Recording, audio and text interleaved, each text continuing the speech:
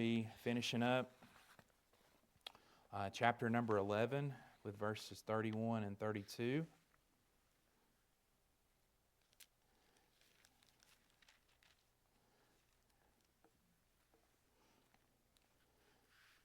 And what do you think of when you think about promises?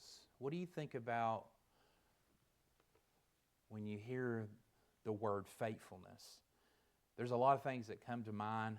I'm thankful for promises today, and hopefully we're people and individuals that keep our promises or try our best to hold to what we say that we're going to do and what we promise to do.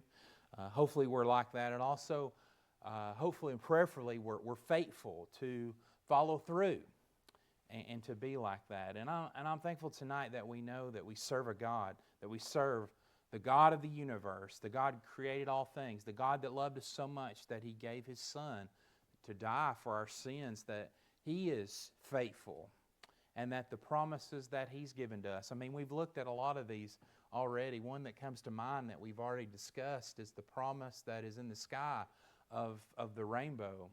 The rainbow to say that I will no longer or will never destroy the earth by flood waters again. And that's a wonderful promise, because when we see the rain come and we see it stop and we see those beautiful rainbow that's put there in the sky, it is a constant reminder for us of the promises of God. It's such a beautiful way for Him to do that. But we're going to look tonight about God's unconditional promises, and this is going to lead us into the aspect and the storyline of Abraham. And we're going to first reference him as Abram, and we know that he later on is called Abraham. But here in verse 31 and verse 32, it starts out about God's faithful selection, and it starts out talking about Abram's family history. And we see in verse number 31, it says, And Terah took Abram his son, and Lot the son of Haran, his son's son, and Sarai, his daughter-in-law, his son Abram's wife, and they went forth with them from Ur of the Chaldees to go into the land of Canaan, and they came unto Haran and dwelt there. And the days of Terah were 205 years, and Terah died in Haran. Now, Abram, who I mentioned to you that we're going to be referencing his name as here in this passage of Scripture, is later renamed Abraham, and he began a move at the prompting of his father Terah from one side to the other, what we now call the Fertile Crescent. And this was a movement here. And as we look at this, it's interesting because you see this lineage here with these individuals. We see how that Terah took Abram, his son, so we know that Terah is the father of Abram, and Lot, the son of Haran, his son's son. So these are characters that we're familiar with. We're familiar with Abraham. We're familiar with Lot. Now, a couple of things here that are interesting is as we look at some questions that are actually not answered here. First of all is a question of Abram's brother Haran. What happened to him? How did he die? What went on with this? And also, was Abram or Terah the primary caregivers for Lot? I feel like that Abram had a responsibility in some way, but we're not really told. It's not really specific and clear. And also another question here is, why did they decide to move from Ur of Chaldees to Canaan? Just a couple of things that aren't quite 100% clear here in this. There's some hypotheticals about this. Many believe that Ur was a very high-populated civilization, but also it had a lot of idol worship. It had a lot of unethical things that were taking place there. So those are some things, some possibilities there. But this is just a little bit of Abram's family history. And one thing you have to remember about Abram is that Abram did not come from a godly heritage. He actually come from a very idol worship background with where that he came from. Also here we see that God selects Abram. Let's move on here to chapter number 12, starting in verses 1 through 3. It says, "Now the Lord had said unto Abram, Get thee out of thy country, and from thy kindred, and from thy father's house, unto a land that I will show thee. And I will make of thee a great nation, and I will bless thee, and make thy name great, and thou shalt be a blessing. And I will bless them that bless thee, and curse him that curseth thee. And in thee shall all families of the earth be blessed." Now, Genesis introduces God's speech to Abram with the past perfect. Has said. Now, what does this possibly indicate? This indicates that God had previously communicated these words to Abram. And this also communicates a slow development in Abram's initial belief, making the following words all the more surprising. Remember, this future perfect, or this past perfect, I guess I should say, had said.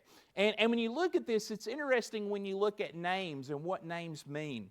Because when you look at Terah, that means delay. And also Haran is barren. So Abram, partially following, not completely 100% following, would have meant a delay and barrenness. So that's interesting when you look at names and the relation there of how things took place. But also in Acts 7, verses 1 through 4, this is where Abram hears God first from God, and this is Mesopotamia in Ur. And this comes from Acts 7, verses 1 through 4. "Then said the high priest, Are these things so? And he said, Men, brethren, and fathers, hearken, the God of glory appeared unto our father Abraham when he was in Mesopotamia, before he dwelt in Charan, and said unto him, Get thee out of thy country and from thy kindred, and come into the land which I shall show thee. Then came he out of the land of the Chaldeans, and dwelt in Charan, and from thence, when his father was dead, he removed him into this land, wherein ye now dwell." Now many believe that it's possible that Abram, with his wife Sarai, that they may have stayed a little too long. Because where they were, like I said, there was a lot of idol worship, a lot of false worship that was there. And with this being in reference to past perfect, it's very likely that God had already told him to move. And this is where he reintroduces this again by saying, has said. Now, despite Abram's reluctance to fully obey God, God still selected Abram to be the one through whom God would continue His plan and reveal Himself to the world. Now, God's choice on Abram was not based upon Abram's special ability to obey God. No, that wasn't the case. In fact, it seems to have been to have been reluctant to obey. And God's choice of Abram was not based on a legacy of generational faith in the true God. At best, his family members were recent converts from idolatry. Okay? And God's choice was based on His gracious and loving character. Now, in these verses that we just looked at here with Abram entering Canaan here, we're going to get to this here in just a moment. But we see here in verses 2 through 3 that God made several promises to Abram. The first one that He made was to make Abram into a great nation. Now, given the barren condition of Abram and Abram's age, at the age of 75 years of age, this is truly a remarkable promise. This is truly just something that is out of the ordinary for Him to give this promise. And we know what happens later on with Abraham and Sarah, where Sarah laughed and how that they could just not believe that they were going to be able to have a child. But here we look at this, that He promises to make Abram into a great nation. And secondly, was the promise to bless Abraham, to bless Abram. See, the word bless appears 5 times in Genesis chapters 1 through 11. And in contrast, the word appears 5 times in Genesis 12, 1 through 3. See, God's blessing of Abram and his family is a major component of God's unique dealings with this family. And He blessed Abram. But also, thirdly, is that there was a promise to make Abram's name great. Now, this didn't mean that Abram would be famous, although that did actually happen, because anywhere you go, you hear Father Abraham and recorded in history as father of the Jewish nation. But here we see it was meant that his name would be highly regarded. That was what this meant, for his name to be great. And then fourthly, there was a blessing to those who would bless Abram, and a curse to the one who curses or dishonors Abram. Now here's a question, and this is just looking at this verse number 3. God used the plural when talking about blessing, and the singular when talking about cursing. What might this communicate about God in using the plural and the singular? Anybody with a thought?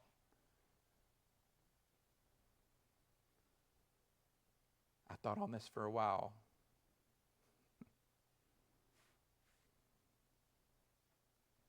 Anybody with a thought? Heard that come across, thought, why is there a plural and a singular used here?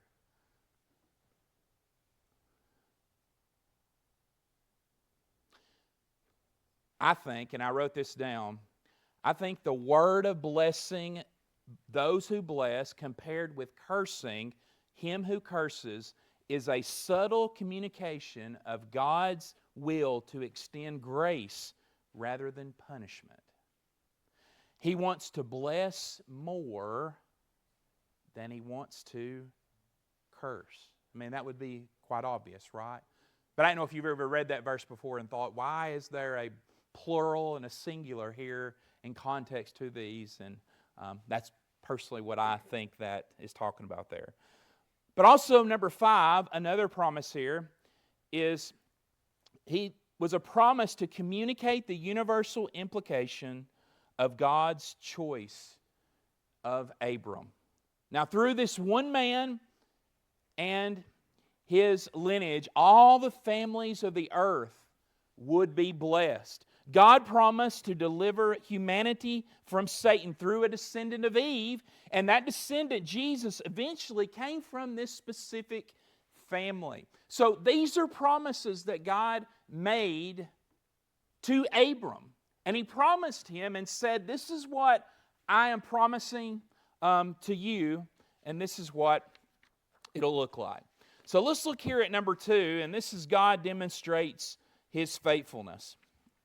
And this is verse number 4 through 9, and we'll look at these together. So Abram departed as the Lord had spoken unto him, and Lot went with him, and Abram was 75 years old when he departed out of Haran.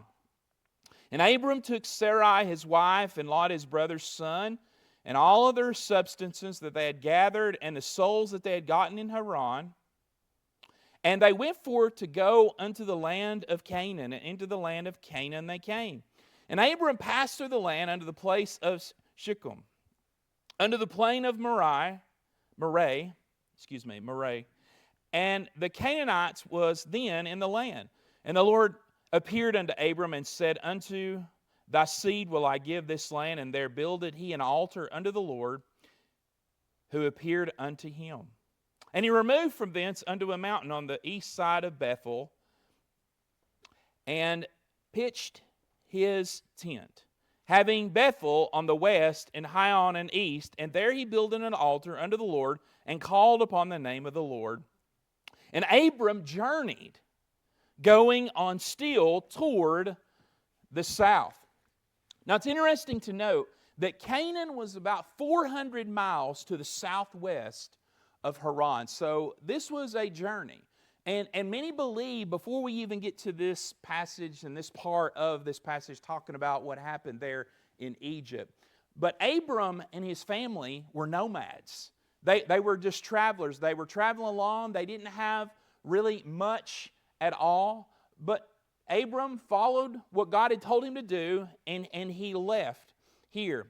So here we see God's faithful and generousness about how He was faithful to Abram. Is that God immediately demonstrated His faithfulness to Abram by bringing him into the land He had promised to him, while Abram was still in Ur. And this is verse number 1.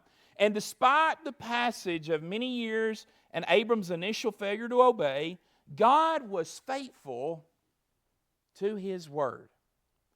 See, God was not only taking Abram to a land, but He was also giving Abram the land. That's very important. Very important.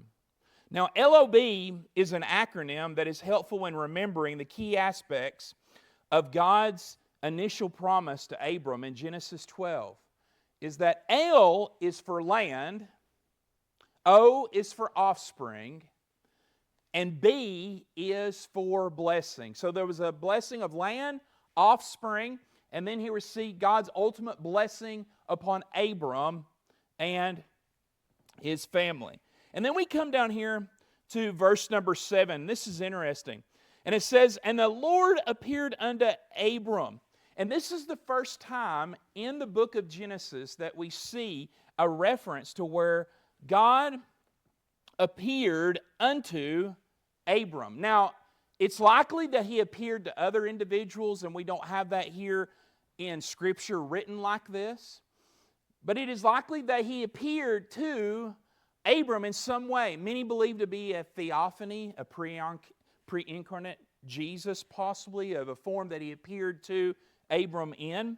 We're not 100% sure on that. But this is the first reference here of an actual appearance. And then in verse number 8, look what it says here. And he removed from thence unto a mountain on the east of Bethel, and pitched his tent, having Bethel on the west and Hai on the east, and there be building an altar unto the Lord, and called upon the name of the Lord. So after Abram arrived in the land, he reciprocated God's faithfulness with faithfulness of his own. You know what it tells me sometimes is that oftentimes we're kind of stubborn and we don't like to listen the first time. I know of many people that have shared testimonies of God really working on their hearts to serve in some capacity and not being fully 100% committed to what God has led them to do. And then eventually they came around and they listened and were obedient to the call. But here we see that in a reciprocated manner, he responds with faithfulness of his own to God. And then we see God steadfast in his faithfulness. Look what it says here in verse number 10. And there was a famine in the land, and Abram went down into Egypt to sojourn there, for the famine was grievous in the land. So like I mentioned to you, they're nomads and there's a famine that's there. So it's not really the best of situations. They're struggling. They're needing something here. And it came to pass that when he was come near to enter into Egypt, that he said unto Sarai his wife, Behold now, I know that thou art a fair woman to look upon. Now, why would Abram have this thought process running through his mind? Well, he knew that the Egyptians and the Canaanites were descendants of Ham, and also they were polytheistic in nature, and also they had a very cruel way of treating individuals. So Abram knew. Abram, let's just be honest here. He knew his wife was beautiful. He knew she was pretty. And he knew that if they went here to Egypt, it would be very likely that if they came there, they'd just kill him and take her.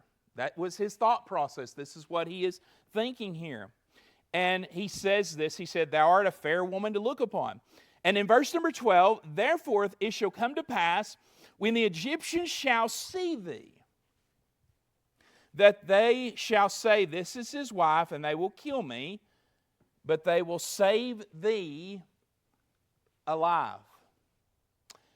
Then in verse 13, say, I pray thee, that thou art my sister, that it may be well with me for thy sake, and my soul shall live because of thee.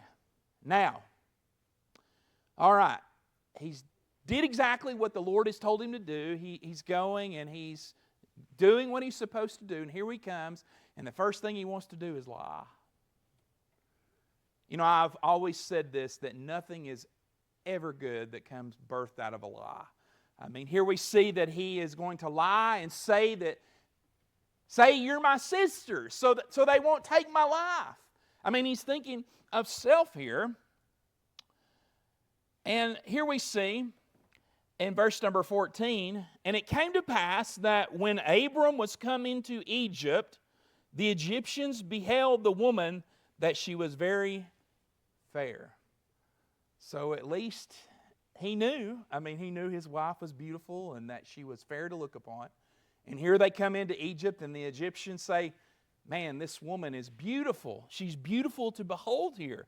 And the prince also, the princess also of Pharaoh saw her and commended her before Pharaoh. And the woman was taken into Pharaoh's house. So the princess commended her and said, wow, this woman's really beautiful. This woman's pretty. And I bet she was just a talk. And here she then is brought into Pharaoh's house. And he entreated Abram well for her sake. I've looked up that word well there, and obviously there's things to follow here, but this means that he loaded him up. You know what that terminology is? He gave him the goods. He gave him some good stuff. And he probably was very appreciative, very thankful for these things because of being a nomad, being in famine here. And it says, and Abram well for her sake, and he had sheep and oxen and he-asses and men servants and maidservants and she-asses and camels. He was loaded up, and you think about this, and after this, Abram was quite wealthy with what he had gotten here in Egypt. Now, God's providential protection of Abram, despite Abram's own poor decisions, highlights, I believe, God's consistently faithful character. See, the promises God gave to Abram, I keep saying Abraham, I refer to him here as Abram, were a tremendous blessing, but the promises were valuable only because God made the promises. So Abram, like I said, devises a plan to stay safe while in Egypt. And look what it says here in verse number 17. And the Lord plagued Pharaoh and his house with great plagues because of Sarah, Abram's wife. Now, they didn't know what was going on. They had been lied to. And can you imagine that here come the plagues, and they're thinking, like, what have we done? Honestly, thinking, what is going on here? These plagues are coming our way. What have we done? They're probably trying to find every polytheistic answer of all their many gods, trying to pray and say, hey, what have we done? Trying to go to their individuals that had the communication between their false gods, trying to find answers. And Pharaoh called Abram and said, what is this that thou hast done unto me? Why didst thou not tell me that she was thy wife? Now here's a question I've thought of here. The Pharaoh asking Abram, how did they eventually come to the conclusion that it was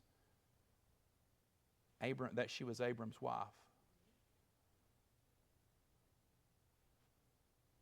You think one of the polytheistic ones felt one way and maybe they guessed, or maybe some way the Lord revealed it in a way?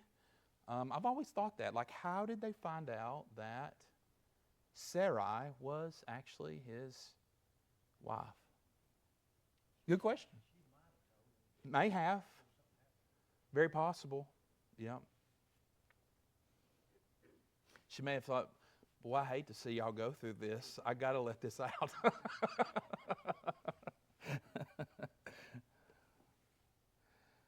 And then in verse number 19, why saidst thou, she is my sister?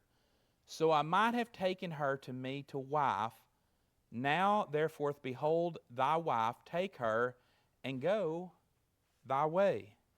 And Pharaoh commanded his men concerning him, and they sent him away, and his wife, and all that he had. Now God in His providence and God in His sovereignty, I've always read this passage and thought to myself, it would have been very easy for Pharaoh to have just killed him. I mean, he's making a joke. But also at the same time, I've always thought as well that Pharaoh is innocent here. But if you look back at this passage, there's something to really key in on. This is back in verse number 15. The prince also of Pharaoh saw her and commended her before Pharaoh, and the woman was taken into Pharaoh's house. Do you think possibly that she was taken against her will? I've come to that conclusion. I've always thought that the Pharaoh was innocent here, that he didn't know what was going on. I mean, he was really lied to. He was deceived. But is there a part here of maybe taking her against her own will? I guess we'll never know. One day we might know the answer to that. But I read through that, and I have thought about that some and pondered on that. But it says here in verse number 20, and Pharaoh commanded his men concerning him, and they sent him away, and his wife, and all that he had.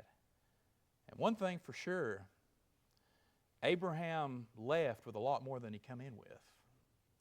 I mean, he had a lot. He had a lot to take with him.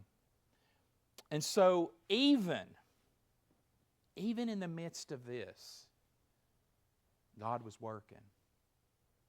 You know, we've seen throughout history, we've seen throughout other biblical accounts, how that God used a bad situation and He can even still use it for His glory.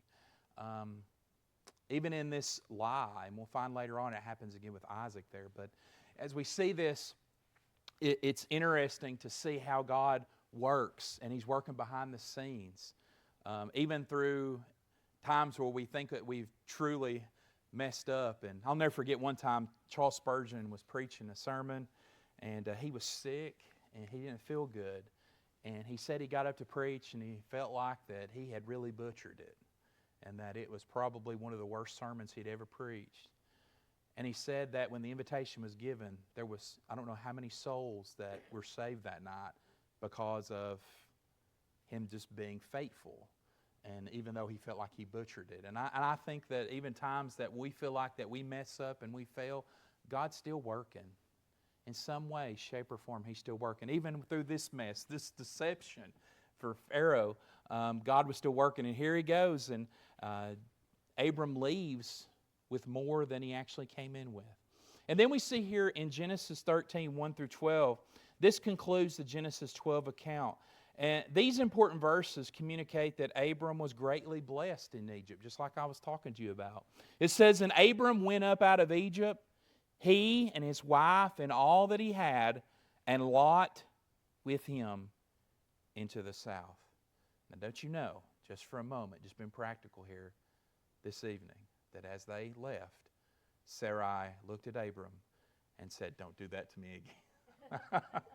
I don't know. I'm just being facetious here about that. And Abram was very rich in cattle and silver and gold. Now the same Hebrew word translated severe in reference to the famine in Genesis 12:10 is used also, the same word is used in chapter 13, verse number 2, to describe Abraham, and this means very rich. Man, isn't it interesting? From going from literally poor and nomad to being very rich. And this meant that Abram became severely rich in Egypt. His livestock gains can be attributed to Pharaoh's gifts. However, it is likely also that Abram earned the gold and silver mentioned through business dealings in the land. It's quite possible that he would have had some of those fortunes as well from dealings that he had as he was journeying. But interesting here how all this takes place. Obviously, it starts with a half-hearted obedience. And we see the past perfect, the tense there of God giving him the command again to leave. And here he goes. He's faithful. He goes out of the land, goes to Egypt, gets into some trouble. He's scared. He's terrified of what will happen. So he lies about his wife. And fortunately, under the protection, I believe, of a sovereign God working behind the scenes, Pharaoh doesn't choose to just take him out because of the deception, but he chooses to let him go. And as we see, Abram returns and follows as God's chosen individual to be the leader and to be the descendant, obviously, of Jesus. So, interesting as we see that, or in the lineage, Jesus being the descendant. All right, question, anything kind of caught your attention?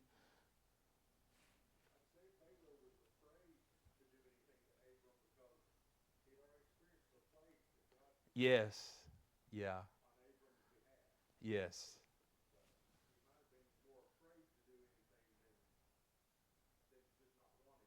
Yeah. Yeah.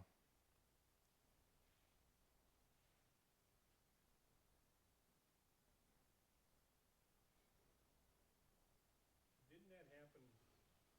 In my mind, that I don't think it was Abram and Sarah, but they went somewhere else, and he said, "Tell them you're my sister."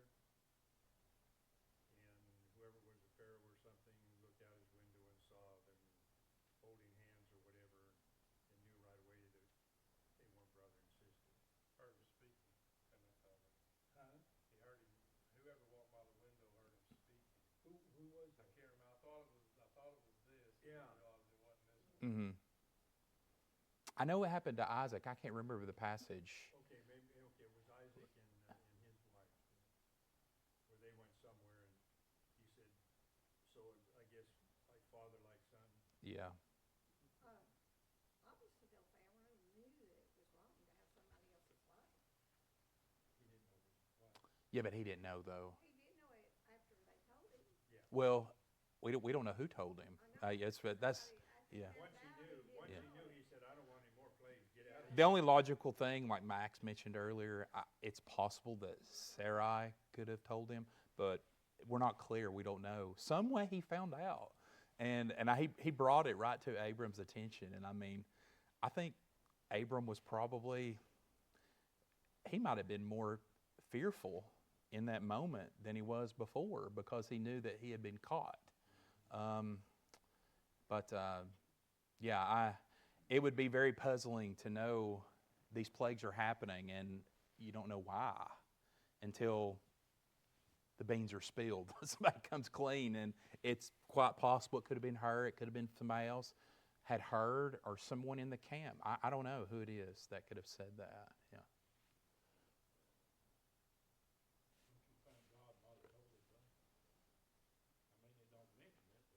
It's possible. Yeah. Yeah. Yeah.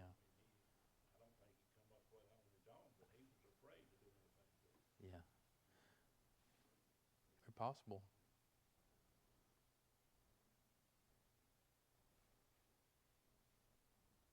I just know the track record of Pharaohs, though. When you look in the Bible, I mean, you think about with Moses. I mean, even though they hardened his heart, I mean, he let them people go, and he realized, what have I done? And he went after them. He pursued after them, regardless. he said, okay, y'all leave because of all that's happened here. And that's sort of what I was thinking about with this Pharaoh, is that he could have just been so mad that he didn't care. He was just thinking, I'm just going to, how dare you come before me and do this to me in this manner, being deceitful, trying to pull literally the wool over my eyes, which he did for a short period of time, but then obviously the cat was out of the bag about the truth. So it's interesting when you look at this and you look at the context of the passage and see how all this comes to play and to fruition. Do you think, here's a question, do you think in Abram doing this, lying about that, do you think he was 100% committed, or you think he was almost to 100% committed in the process of lying?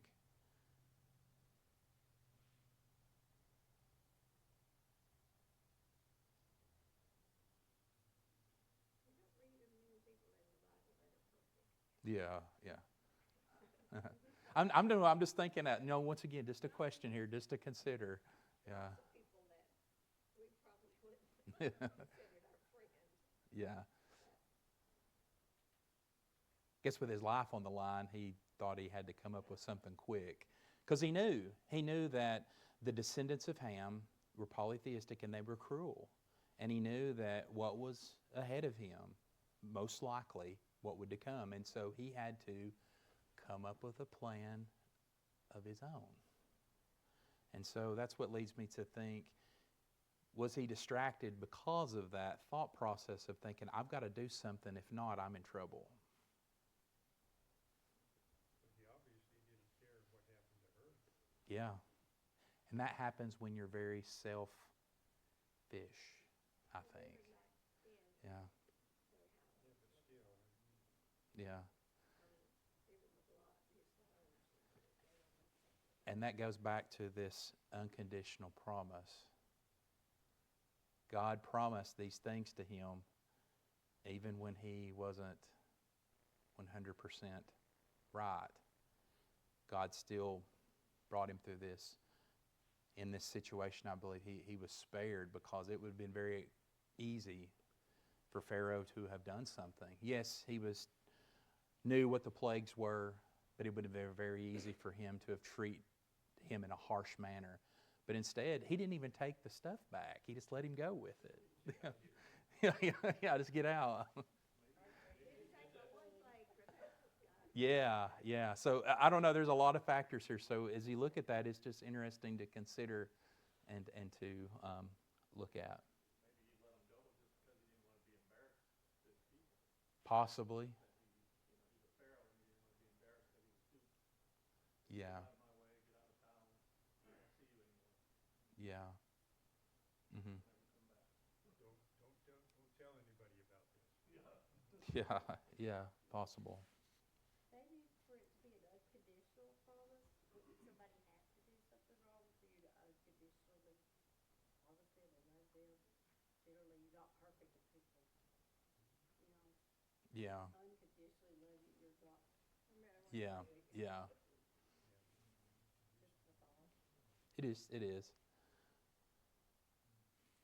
Might be why he lied. Then God went on and forgave him. Unconditional promise, whether he lied or not. Mm-hmm. God was going to provide the unconditional promise. And maybe God told him this. That's it. Yeah. Yeah. Yeah. God might have told him, I'm not sure. It's just a thought. Yeah. Well, and also it's good to speculate, because we don't have the answer 100% about who told what. I mean, we can speculate there. But what is interesting to note, though, is Abram left greatly blessed. So what does that tell me? That regardless of how that he failed, I mean, God was still going to take care of him. He was still going to prosper him. He's going to bless him, because he'd made that promise. And these promises are listed here in the first part of the call in chapter number 12 as we look at those verses 1 through 3. These promises were given to Abram about how God was going to prosper him, give him a good name, bless his name. He would have many descendants. I mean, a lot of interesting things here as we look at that. So,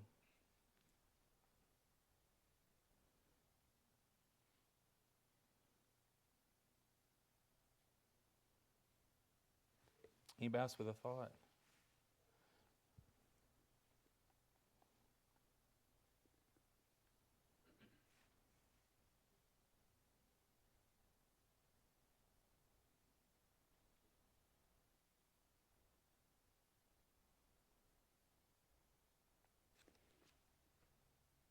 Nobody? All right. Well, hopefully you enjoyed that. Hopefully you've enjoyed we going through each week and just kind of looking at different things. And it's just interesting to look at this and see how all things took shape and form and have moved forward, even from the beginning, looking at Adam and Eve, and then seeing Cain and Abel, then seeing Noah, his sons, their descendants, moving forward now as we transfer into this phase of seeing Abram, and then we'll later see his name changed to Abraham, and then we'll see Isaac, and then Jacob, Esau. All these things, we'll see it all come to fruition and see how God had a plan, and his plan fulfilled through the people. And Abram, who he chose. I mean, there was nothing really special about Abram per se, but God chose him as the one that would, through his lineage, would have the descendants, and that would be important for how all things come to play.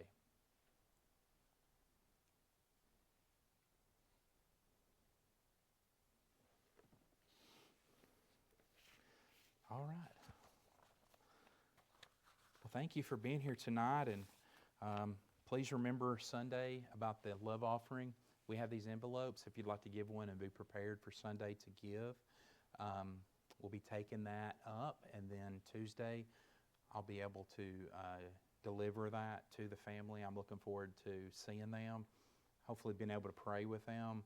I can't imagine what they're going through right now, just so much uncertainty right now with what they're facing, and just a lot of challenging days ahead, and just praying that God will give them the comfort they need, and also just please pray for this family, because like I've said, they've been here before, and I appreciate them, and I'm glad that we can serve them in this capacity of helping them financially, because there are some costs that they're going to have to meet, and they're not cheap. So please just consider what you can give, and that'll be Sunday as we'll take that up. Also, the lady from Family Promise, hopefully, I think she's going to be able to come back Sunday. She was supposed to be able to come this past Sunday. We're going to give her the gift, and that'll be this Sunday, prayerfully, that we can give to her. So we're really thankful that we can do that. Helping individuals in the area that do not have a place to stay, needing lodging, and also just meals and things like that. We're just doing whatever we can to help them in that avenue. All right, let's go ahead and stand to our feet, and we'll pray, and we'll be dismissed. Joe, would you pray for us, please? Father, we thank you so much